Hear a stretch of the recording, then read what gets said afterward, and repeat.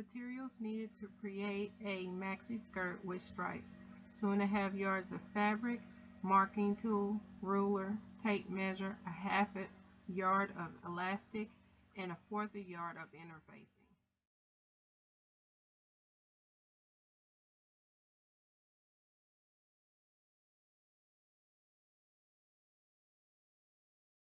And on the black and white skirt that I told you about on Periscope. But anyway, the black and white skirt, I cut both pieces, front and back, and they're pretty much shaped the exact same way. The only difference is I allow more room in the back, so the back piece is a lot wider, or a little bit wider than the front.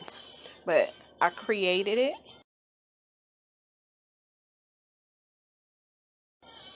whereas the pocket's already here. So when I sew it, because you're not going to see it because I'm using white thread, I'm going to sew all the way up to leave only a slot open for the pocket. I don't need a big pocket. I just did a small one. So, because it's a 5/8 seam allowance, so it's going to still be a decent size. It's coming all the way up here. So it's a good size pocket from here to here. And I'm going to do this only a 1/2 inch seam allowance. Normally I would serge the entire thing, but I'm having a problem with my serger, so I'm going to sew it, then serge it so it's nice finished edges. The other technique or other thing I do, because it's a non-ravel fabric, it's a polyester fabric. Let me see if I can find the middle piece or the middle seam right here. It's really hard to see, but I snipped it. See? I did that so I can match my middle seam of my bottom, or the front and panel and back panel, with my waistband.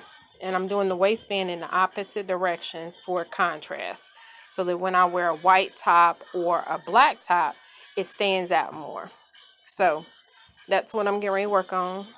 The only other thing I will do is this. It's folded in half. I folded in half, as you can see. Let me make sure it's matched good, because we don't want no issues. No, it's matched right.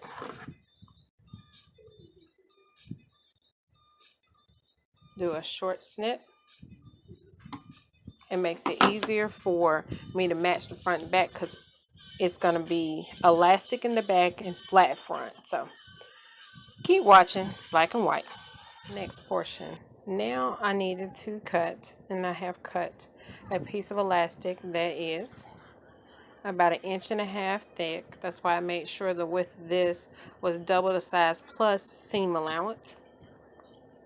So I cut it. I measured from side seam, what would be my side seam, to my other side seam, around my waistline, because I didn't want to measure the front, because it's going to be a flat panel,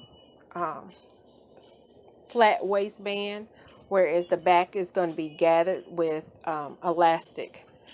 And I'm going to actually, when I do this,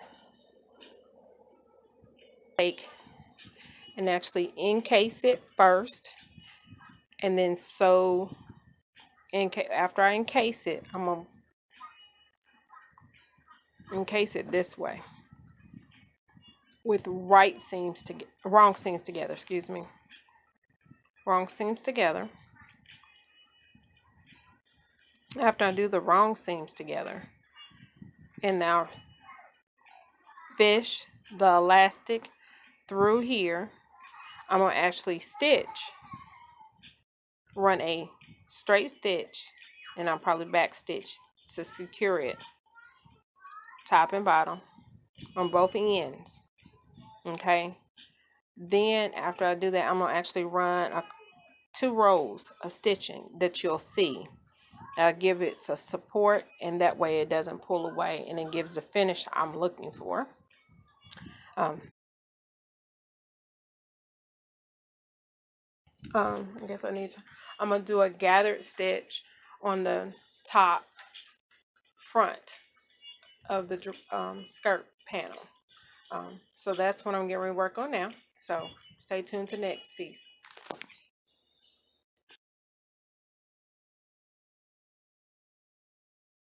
Then I have gathered the top of the skirt.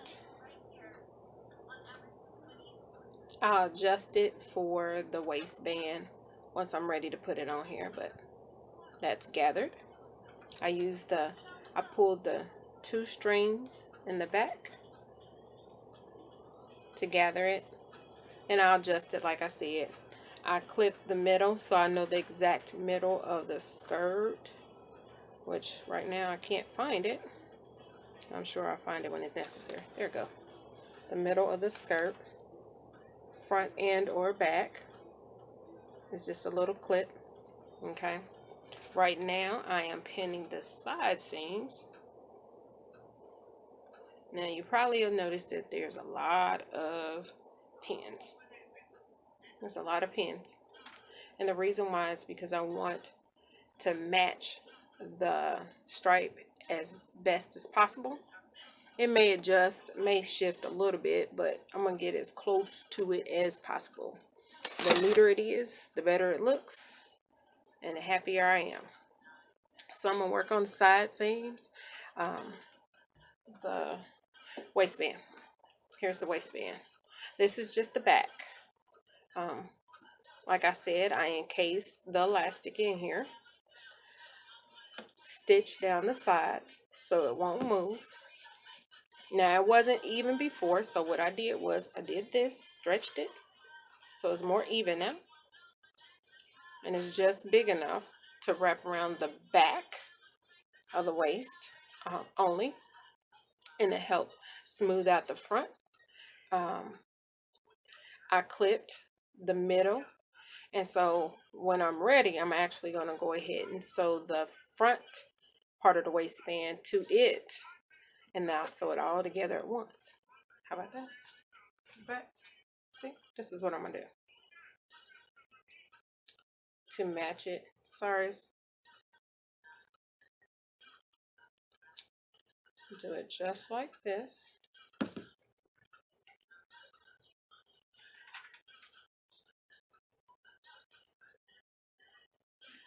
Take and match it here.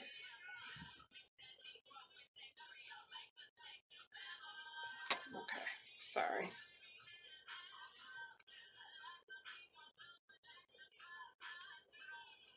See right here. Pin it.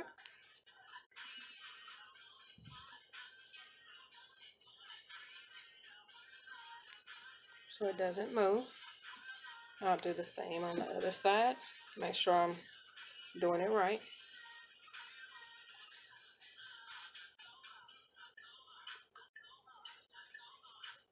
Listen to Beyonce, Formation.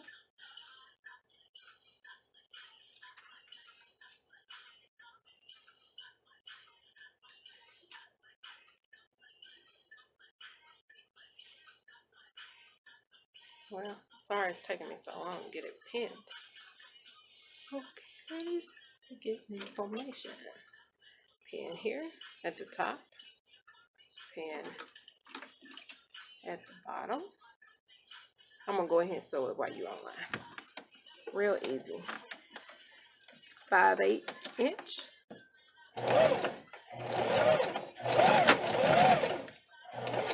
So you can see exactly what it looked like.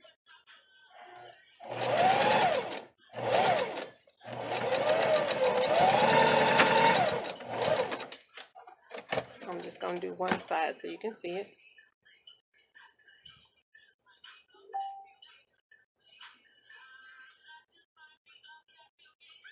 All right. See? This will be the front, and this the back. You'll see it soon. Ha ha. Everybody, how you doing? I'm making progress on my skirt. For some reason, the light changed for some reason. Now I look weird. I don't know what happened, but that's okay. Anyway, I'm to the point where I'm ready to attach my waistband to my skirt. And what I have done is I've interfaced my waistband. Sorry. I've interfaced my waistband. I didn't use the basic kind of interfacing because this fabric has a little bit of a stretch to it. And you need to have proper interfacing for it to hold properly. So, this is the interface I use. There's different types, different, you know what? They have lightweight, medium, things meant for stretch material. There is a variety of interfacing. So you have to make sure you read the instructions and pick the right one for your particular project. But this is the interfacing. It looks totally different from the other one I tend to use. Has a little sheen to it, but it's meant for knits, and it's this brand, and it's called a sheer knit SK135. As you see, I have a Ziploc bag.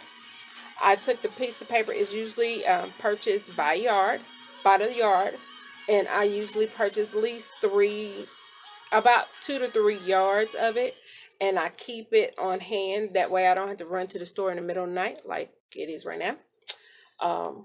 And that's how I keep up with what I have. Okay. I got the interfacing. The other place that I interfaced is the pocket. Not the entire pocket. I'm not worried about some people interface the entire pocket, but my goal was for just where you put your hand in on the correct side to reinforce that area, which after a while, and it'll help make it look flatter. As you see here, after I ironed it, it looks really flat, and that's the waistband. So I put it right here. Then as well, I'll come back, excuse me, and do that, and I'll show you where I matched the side seam, where I did all the pins down the side. And this, oh, well, that's the pocket part. That's where I matched the side seams. Can you see it? Not bad. You know, I think it's off in 1 or 2 places, a little off, but not by much. Okay, it's a little bit off right there, but it's so minute, because the closer you match it, the more professional your items look, and it bumps the how people think or view your stuff. And I've been taught by a wonderful woman to never half do anything, put your full all into it. So I don't know how to half step. It bothers me even on quick projects. But I'm going to go ahead and attach the waistband to my skirt. After I do that, I will have the hem done, and do some bar tacking. The other place I'm going to do the bar tacking is at the pocket. I'm going to iron it because the interfacing is here. And I'm going to bar tack at the very top and at the bottom. I was thinking about stitching it. Probably won't. It just depends on my mood. I get like that. But that's pretty much what it'll be. I'm going to turn it back inside out because it's easier that way for me to pin. And once I'm done, I will show you via picture, via probably tomorrow or the next day.